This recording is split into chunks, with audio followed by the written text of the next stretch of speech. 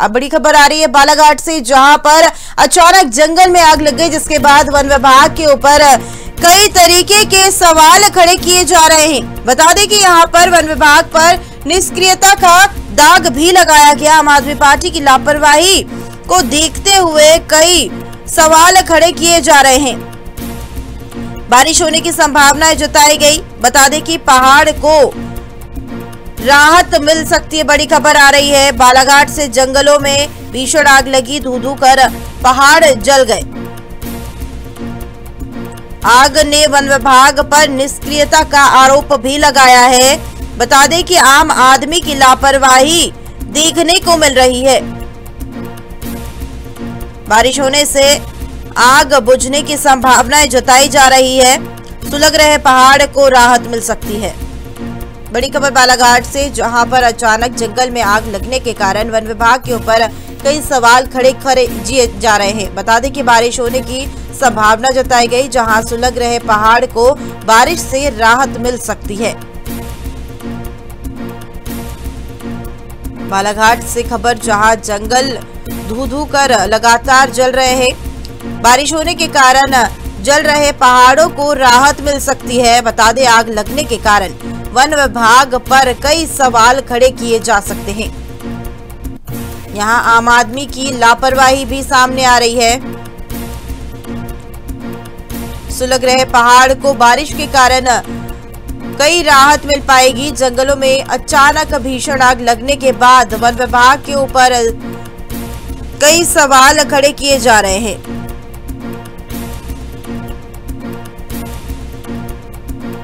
हमारे साथ इससे पर अधिक जानकारी के लिए संवाददाता बालाघाट से श्याम सूर्यवंशी जुड़ चुके हैं। श्याम, अचानक जंगलों में आग लगी है, आखिर क्या कुछ कारण है आग लगने का? जी दिव्या जी, आपको बता दें कि भीषण आग लगी हुई है और लगभग 8 से 10 दिन हो चुके हैं ये जो आग लगी हुई है। थोड़ा थोड़ा करके पूरा पहाड़ जो सुलग रहा है। आपको बता दें कि बालाघाट के चारों तरफ पहाड़ पाए जाते हैं और यहाँ पर थोड़ी सी आग तेज गति से फैल जाती है। सबसे बड़ी लापरवाही अगर देखी जाए तो वन विभाग की निष्क्रियता और कहीं ना कहीं आम आदमी की लापरवाही देखने को मिल रही है। लगभग 2-3 वर्षों में ऐसी आग देखने को मिलती है, क्योंकि जब महुए का सीजन आता है, महुआ झड़ता है, उस समय उसको समेटने के लिए लोगों के द्वारा पेड़ के नीचे आग लगा दी जाती है, जो फैलते फैलते पूरे पहाड़ को घेर लेती है, जिससे कई वन्य प्राणियों की मौत हो जाती है। क्योंकि वनों में कई छोटे प्राणी भी निवास करते हैं, उनके अंडे रहते हैं, वो पूरी तरीके से नष्ट हो जाती है। बिल्कुल। अगर बात करें तो लोगों को जागरूक होने की जरूरत है। आम आदमी का मानना यह हो जाता है कि कहीं ना कहीं जो इसको आग बुझाने की जिम्मेदारी है, वनों की सुरक्षा की जिम्मेदारी है, वो वन विभाग की है। लोगों को सजग होना पड़ेगा कि जो वनों की सुरक्षा है वो आम आदमी की भी जिम्मेदारी होती है। लोग चलते चलते में बीड़ी सिगरेट, सुलगते हुए बीड़ी सिगरेट फेंक देते हैं, जिसके कारण आग लग जाती है। अगर वन विभाग की बात करें तो वो समय पर गश्त यदि करते तो जहां पे थोड़ी सी आग लगी रहती है उसे बुझाया जा सकता था, लेकिन गश्ती नहीं करने की बजाय वन विभाग के कर्मचारी आराम फरमाते हैं अपने कमरों में, शासकीय कमरों में, जिसके कारण आग फैल जाती है।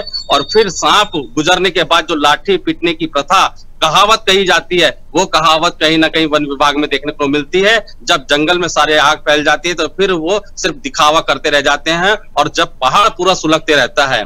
लेकिन कहीं ना कहीं राहत की बात यह है कि आज सुबह से हल्की बूंदाबांदी हो रही है। अगर थोड़ी भी बारिश हो जाती है तो कहीं ना कहीं आग बुझने में एक मदद मिलेगी और आग शांत हो जाएगी। जी श्याम, आपने बताया कि करीब 10 से 12 दिन हो चुके हैं कि लगातार जो है ये आग फैलती जा रही है। आखिर वन विभाग कहाँ है? आग लगते जा रही है, लेकिन वन विभाग की ओर से क्या आग को बुझाने का कोई प्रयास नहीं किया जा रहा? दिव्या जी, आग को बुझाने का प्रयास किया जाता है, लेकिन जो पहाड़ों की आग होती है उससे बुझा पाना काफी तकलीफ भरा वो होता है, क्योंकि यहाँ पे जो पहाड़ होते हैं वो सीधे खड़े पहाड़ होते हैं। वैसी जगह पर किसी भी प्रकार की चीजों को लेकर चढ़ना बहुत संकट वाला वो हो जाता है। और कई बार हमने भी देखा है कि वन विभाग के कर्मचारी इससे सुलझ जाते हैं, कईयों की जान चली गई है। थोड़ी आग लग जाती है उसे बुझाया जा सकता है, लेकिन जब पहाड़ों पर आग पहुंच जाती है तो उसे बुझाना असंभव हो जाता है। और यही कारण है कि वन विभाग निरंतर कोशिश तो कर रहा है, लेकिन पहाड़ों की आग निरंतर तीव्र गति से आगे बढ़ती है और इतने बड़े क्षेत्रों को वन विभाग के कर्मचारी नहीं बुझा सकते, क्योंकि वन विभाग में कहीं ना कहीं अब कर्मचारियों की भी कमी देखी जा रही है। जितना बड़ा क्षेत्रफल उनको दिया जाता है, प्रभार में लोग चढ़ रहे हैं, यहाँ पर जितने कर्मचारियों की जरूरत है उतने कर्मचारी नहीं है। और यही कारण है कि लोग अब सिर्फ शासी कमरे में आराम करते हैं, क्योंकि इतने बड़े क्षेत्र को कुछ लोग नहीं संभाल सकते। जी, मतलब यहाँ पर हम लापरवाही कह सकते हैं कि वन विभाग की ओर से बड़ी लापरवाही देखने को मिल रही है, क्योंकि पहाड़ों पे आग लगी है, यहाँ पर वन्य जीव है, अपने वन्य जीव कितने संख्या में यहाँ इनकी मौत हो चुकी होगी, क्योंकि लगातार जो है 8 से 10 दिन का समय काफी होता है, आग लगी हुई है लगातार, और पहाड़ जंगली इलाका है, यहाँ पर जंगली जानवर होंगे और लगातार इसकी चपेट में आ रहे होंगे। बालाघाट वन्य प्राणियों के लिए जाना जाता है दिव्या जी, राष्ट्रीय उद्यान बालाघाट में है। अगर यहाँ के पहाड़ों में देखेंगे तो कई प्रकार के वन्य प्राणी आए दिन रोडों पर देखने को मिलते हैं। ऐसी स्थिति में जब इतनी भीषण आग लगी रहती है, स्वाभाविक सी बात है कि कई लोगों की जान चले जाती होगी। वन्य प्राणियों की सुरक्षा करना वन विभाग के साथ साथ आम आदमियों की भी जिम्मेदारी होनी चाहिए। अगर जागरूकता की कमी कहीं ना कहीं कही जाए, एक भी बोर्ड वन विभाग के द्वारा जागरूकता के लिए नहीं लगाए गए हैं, ये सबसे बड़ी गंभीर विषय है। जो खर्चों के लिए पैसा आता है, आखिर वो पैसा कहाँ जाता है? वन्य जीवों की सुरक्षा के लिए तो बात करते हैं, लेकिन आग से सुरक्षा के लिए वन विभाग कहीं पे भी इनका एक साइन बोर्ड नहीं दिखाई देता। अगर आम आदमी रोड से चलते हुए बीड़ी सिगरेट फेंक देता है तो वही कारण देख रहे हैं कि आज इतनी आग दिखती है। महुआ बिनने वाले लोग जो पेड़ के नीचे आग लगाते हैं, एक वो कारण हो जाती है। जो गश्ती होनी चाहिए वो गश्ती नहीं होती वन विभागों के द्वारा, कर्मचारियों के द्वारा, वो एक कारण, कम से कम 3, 4, 5 कारण ऐसे हैं जो यहाँ पर आग लगने का मुख्य वजह है। आखिर अब तक वन विभाग की ओर से क्या कुछ प्रयास किए गए हैं इस आग को रोकने के लिए?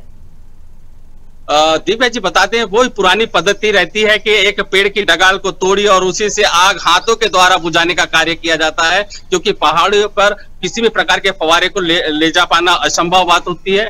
तो वही पत्तों को हटाकर वन विभाग के द्वारा कर्मचारी लगाकर पत्तों को हटाया जाता है, ताकि आग एक दायरे पर, सीमित दायरे पर रह जाए। लेकिन पहाड़ी क्षेत्रों में यह संभव नहीं हो पाता, वन बहुत घने हैं यहाँ के।